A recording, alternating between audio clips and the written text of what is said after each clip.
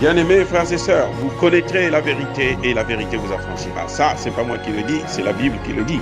Mais moi, je vous dis bien, vous connaîtrez la vérité historique, notamment celle de vos ancêtres kémites, et vous aurez une vision globale de ce que c'est que la vraie souveraineté politique. J'ajoute, vous reviendrez à la spiritualité africaine ancestrale et vous comprendrez les enjeux de l'indépendance économique.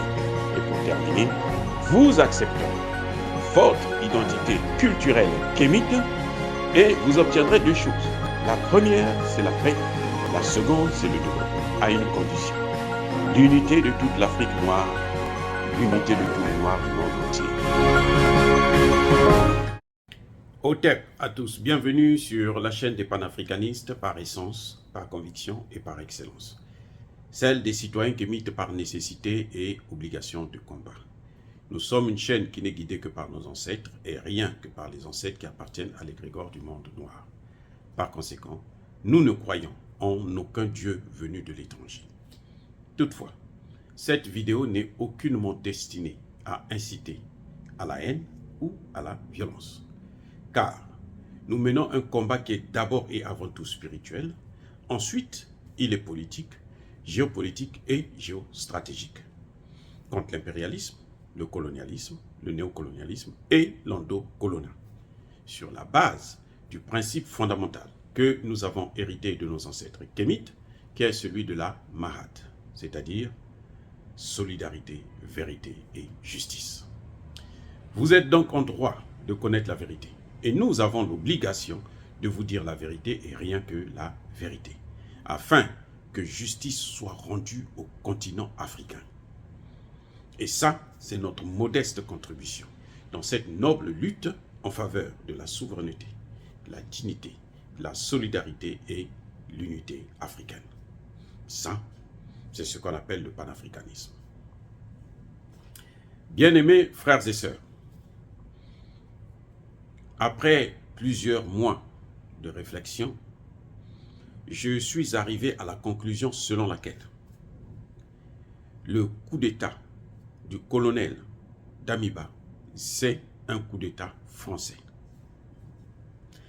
Nous avons tous été bornés, ou plutôt bernés.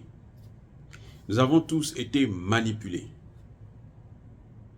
par la France et son cheval de Troie, le colonel Damiba.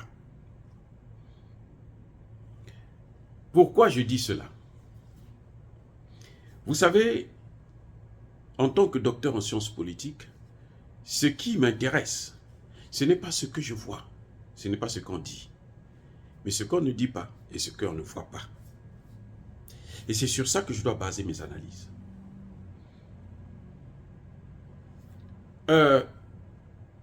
Le colonel Damiba n'est pas venu au pouvoir tout seul. On a vu, il y a eu plusieurs manifestations au Burkina Faso. À un moment donné, on tuait beaucoup de Burkinabés, des militaires et des civils. Et la population a commencé à se révolter pour demander le départ du président Kaboré pour incompétence. Parce que la population trouvait qu'il était incapable de régler leurs problèmes. Et surtout, la population voulait que le président Kaboré puisse faire venir les Russes en renfort, comme le Mali l'a fait, afin de faire face à cette guerre contre le terrorisme. La France a joué un jeu. Elle en a profité de ces manifestations qui allaient grandissantes pour faire partir Kaboré.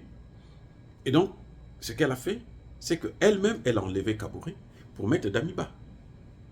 Elle a traité avec Damiba et Damiba était d'accord.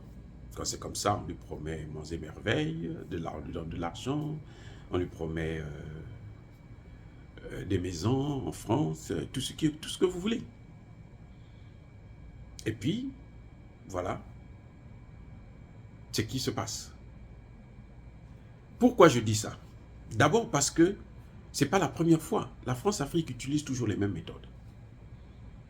Lorsque la population a fait partir Blaise Compaoré, avant que Kaboré n'arrive, les Français avaient fait le même coup.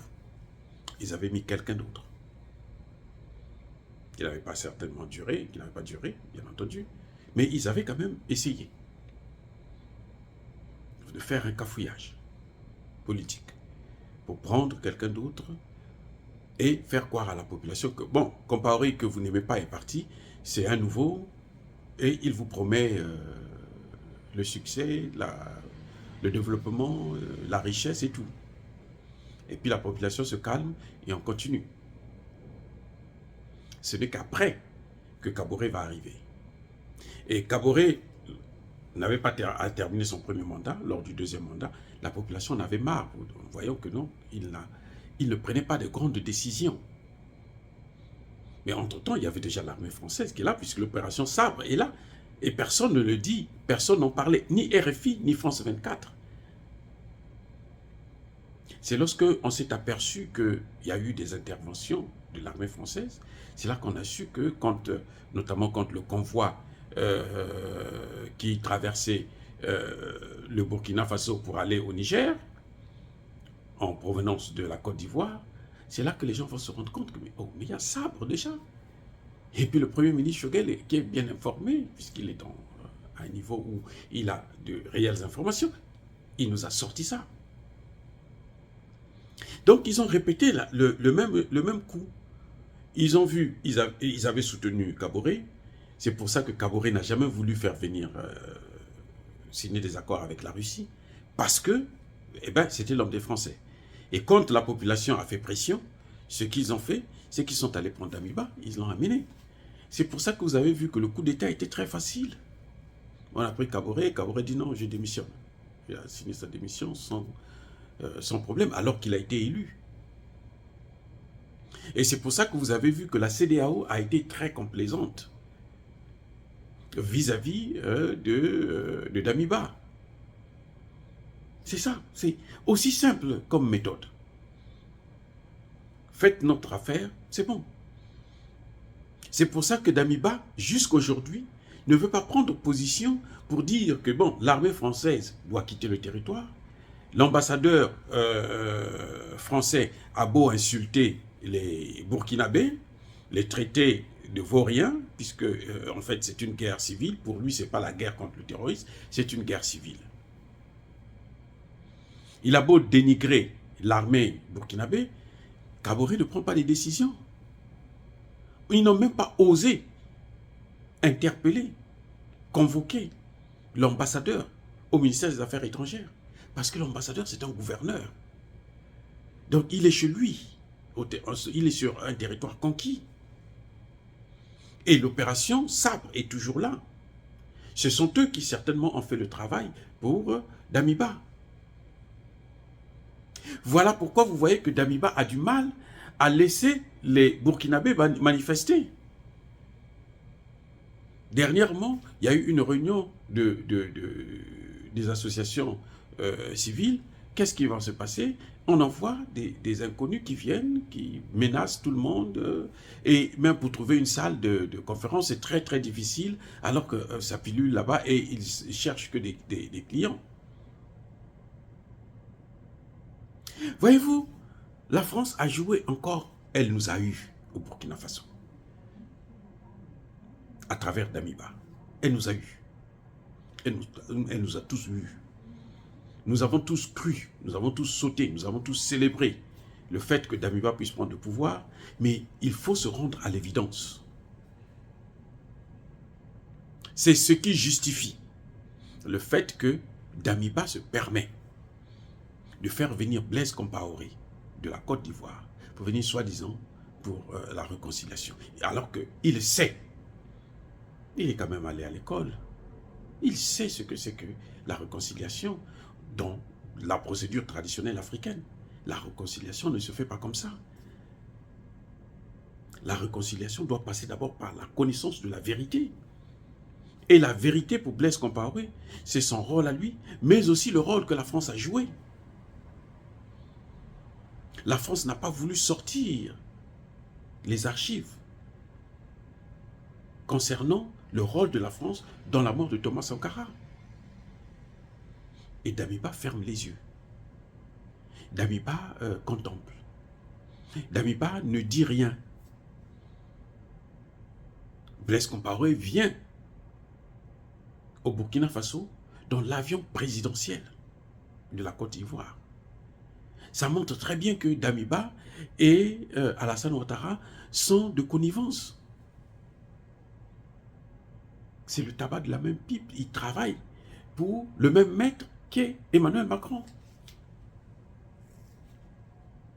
Vous voyez, ça dit que ces gens sont en train de jouer avec nous. Mais le problème qu'ils ne comprennent pas, c'est que plus vous jouez avec un peuple, plus ce peuple est en train d'étudier des moyens pour se débarrasser de vous.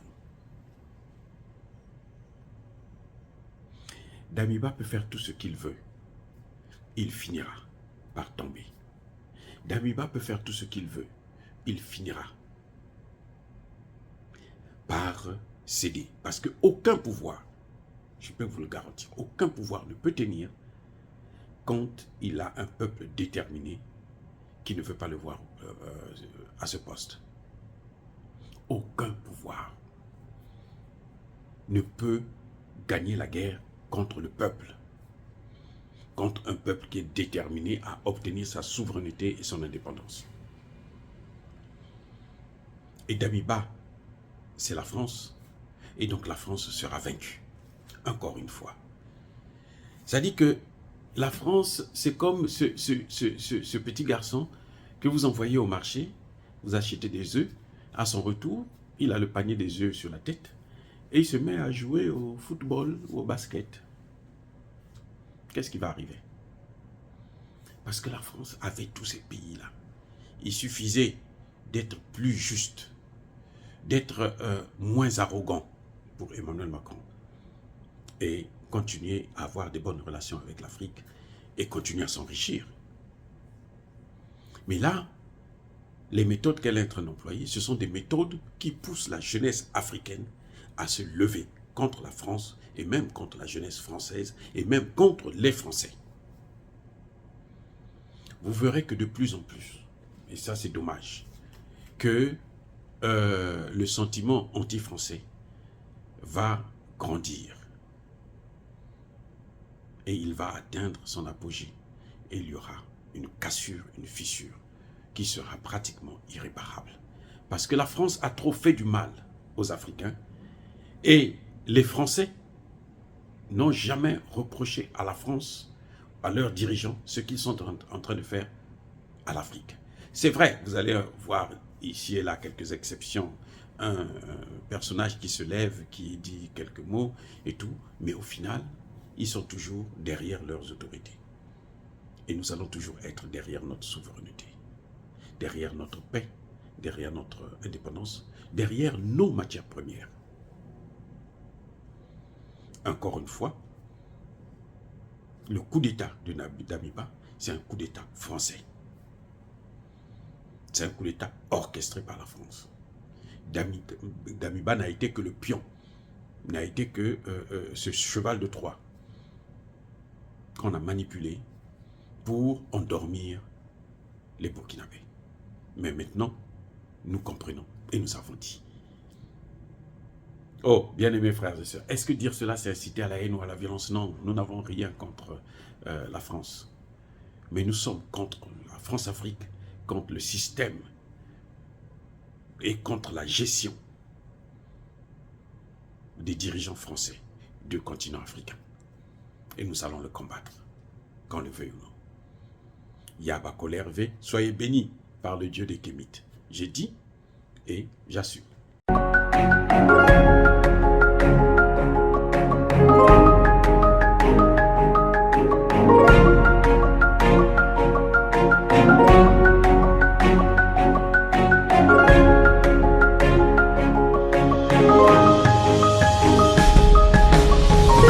Eux, ils marchent par la foi et non par la vue. Mais moi, je vous conseille vivement de marcher par la connaissance scientifique et historique, notamment celle de nos ancêtres kémites, par les 5 sens et par l'intelligence. À vous, Apia.